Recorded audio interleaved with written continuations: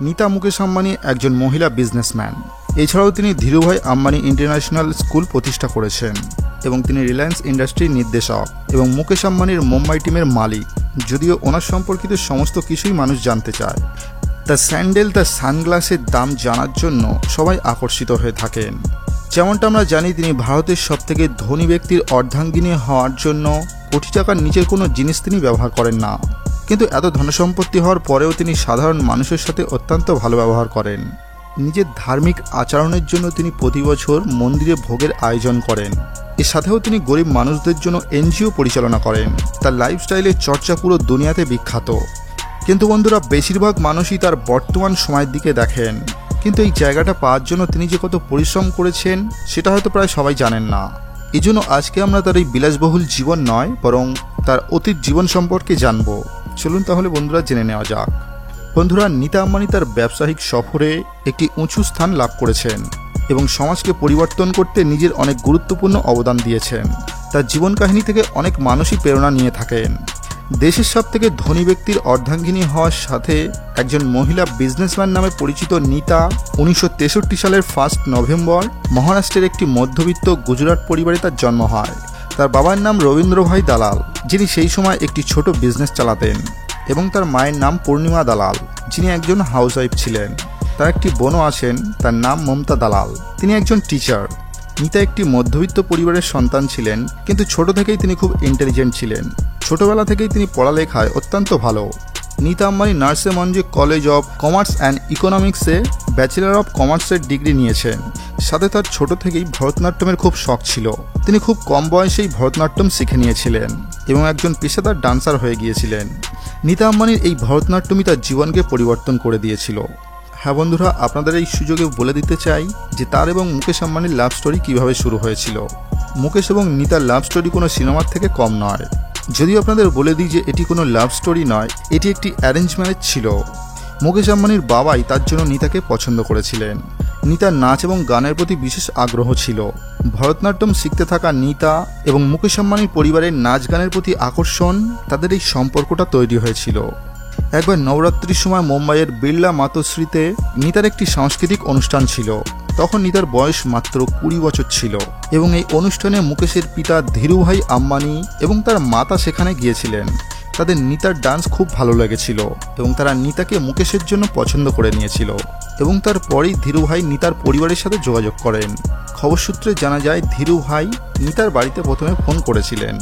যদিও ধীরুভাইয়ের প্রথম কলে নীতা রং নাম্বার বলে কেটে দিয়েছিলেন। হয়তো নীতা জানতেন না ধীরুভাই আম্বানি আসলে কে, যে এত বড় মানুষের কলকে তিনি রং নাম্বার বলে কেটে দিয়েছেন। কিন্তু এখানেই গল্প শেষ হয় না। আবারও তিনি কল করেন এবং নীতার বাবার সাথে যোগাযোগ করেন এবং তিনি ধীরুভাই আম্বানিকে চিনতেন এবং তারপর তার পরিবারের সাথে ধীরুভাইয়ের বেশ ভালো রকম যোগাযোগ হয় এবং নীতাকে তার অফিসে আসতে বলা হয়। যদিও নীতা প্রথমে একটু ভয় পেয়ে গিয়েছিলেন, তিনি বুঝতে পারছিলেন না যে এটি কি হতে চলেছে, এবং নীতা তার অফিসে অবশ্যই জান যে কি জন্য তাকে আসতে বলা হয়েছে এবং এত বড় মানুষ তাকে আসতে বলেছেন, সেখানে না এসে সে কীভাবেই থাকতেন। নীতা তার পরিবারের সাথে ধীরুভাই আম্বানির অফিসে পৌঁছে যায় এবং ধীরুভাই আম্বানির অফিসেই তারা পৌঁছে যান এবং সেখানে তাদের কথাবার্তা চলতে থাকে। ধীরুভাই অফিসে নীতাকে জিজ্ঞাসা করেন তার ভবিষ্যৎ লক্ষ্যের কথা, তিনি ভবিষ্যতে কি করতে চান না করতে চান সে বিষয়ে ধীরুভাই আম্বানি জানতে চান এবং তারপর ধীরুভাই তার ছেলের সাথে নীতার বিয়ের কথা নীতার বাবার সাথে আলোচনা করেন। তখন কিন্তু নীতা একটি সাধারণ মেয়ের মতো এই বিয়ের ব্যাপারে সিদ্ধান্ত দেননি। তিনি কিছুটা সময় নেন এবং পরে তার সাথে দেখা করার কথা বলেন। পরে মুকেশ আম্বানির সাথে নীতা দেখা করার জন্য তার বাড়িতে গিয়েছিলেন এবং দুজনের মধ্যে কথাও হয়। নীতার কথা অনুযায়ী তিনি মুকেশ আম্বানির সাথে প্রায় 6 থেকে 7 বার দেখা করার পর তিনি বলেন যে তার বিয়ের সিদ্ধান্ত তিনি এডুকেশন কমপ্লিট হওয়ার পরেই নেবেন। এরই কিছুটা সময় পর নীতা এবং মুকেশ আম্বানি দুজনে একটি কার ড্রাইভে বেরিয়েছিলেন এবং সে সময় মুকেশ আম্বানি নীতাকে প্রপোজ করেছিলেন যে আমি আপনাকে বিয়ে করতে চাই এবং আপনার মতামত আজকেই আপনাকে দিতে হবে। তখন নীতা একটু লাজুক অবস্থায় ছিলেন। এমত অবস্থায় মুকেশের কথায় তিনি রাজি হয়ে যান, যার পরে দুজনের জীবন পরিবর্তন হয়ে যায় এবং এখান থেকেই তাদের নতুন জীবন শুরু হয়, যা হয়তো কেউ কল্পনাও করেননি। এরপরে 1984-তে মুকেশ আম্বানির নীতার সাথে বিয়ে হয়ে যায়। আজ নীতার পরিচয় সেই সমস্ত মহিলার মধ্যে হয় যারা বিশ্বের সবথেকে শক্তিশালী বা ধনী ব্যক্তির ওয়াইফ। সবথেকে ধনী একজন অর্ধাঙ্গিনী, একজন গুণী বৌমা, একজন মা, তার 2 পুত্র এবং একজন কন্যা আছেন, আকাশ আনন্দ এবং ঈশা আম্বানি। আপনাদের বলে দিই যে বিয়ের পর এত ধনসম্পত্তির মালিক হওয়ার পরেও তিনি কিন্তু আগের মতোই অত্যন্ত সাধারণভাবেই থাকেন, মানে এখানে তার ব্যবহারের কথা বলা হচ্ছে। বন্ধুরা, এমন একটা সময় ছিল যখন তিনি মাসে 700 টাকার একজন টিচার হিসেবে কাজ করতেন এবং তার বেশিরভাগ টাকাই তার পরিবারে দিতে হতো। যদিও বিয়ে হওয়ার পরেও কিন্তু তিনি তার এই টিচারের জবটি চালিয়ে গিয়েছিলেন, কারণ তার বাচ্চাদের পড়াতে বেশ ভালোই লাগতো। নীতা আম্বানি বিয়ের পর তিনি একজন প্রাথমিক শিক্ষিকা হিসেবে পড়াতে শুরু করেছিলেন। নীতার পড়ার প্রতি এত ভালোবাসা দেখে 2003-এ ধীরুভাই আম্বানি ইন্টারন্যাশনাল স্কুলের প্রতিষ্ঠা করা হয়, যেটিকে সর্বশ্রেষ্ঠ স্কুলের সম্মান দেওয়া হয়েছে। এটি মুম্বাইয়ের সবথেকে ভালো স্কুলগুলির মধ্যে একটি। যদিও তিনি এই স্কুলের প্রতিষ্ঠাতা এবং সেখানে চেয়ারম্যান হিসেবেও তিনি কাজ করেন। পরে তিনি তার ব্যবসায়িক দুনিয়ায় তার যোগদান দিয়েছেন। তার ব্যবসায়িক জীবনে তার পরিশ্রম এবং নির্দিষ্ট লক্ষ্য তাকে আজকে এই জায়গাতে নিয়ে এসেছে। নীতা আম্বানি রিলায়েন্স ইন্ডাস্ট্রির সামাজিক কাজকর্মগুলিকে দেখেন। 2010-এ নীতা আম্বানি রিলায়েন্স ফাউন্ডেশন নামে একটি ট্রাস্টের স্থাপনা করেন, যা দেশের সবথেকে বড় ব্যক্তিগত চ্যারিটেবল ট্রাস্ট। এর মাধ্যমে গ্রামে স্কুলের শিক্ষা, স্বাস্থ্য, খেলা নজর দেওয়া হয়। এছাড়াও বিভিন্ন দিকেই নজর দেওয়া হয়। 2005 সালে নীতা আম্বানিকে আন্তর্জাতিক মহিলা দিবসে ভারত নারী শক্তি সংগঠনের তরফ থেকে সমাজসেবা বিশ্বভূষণের উপাধি দেওয়া হয় এবং 2012 সালে তাকে বিশ্বের কর্পোরেট নাগরিক হিসেবে পুরস্কার দেওয়া হয়। মুকেশ আম্বানির জীবনে তার অর্ধাঙ্গিনী নীতার সমর্থন তার সাথে সর্বক্ষণই ছিল।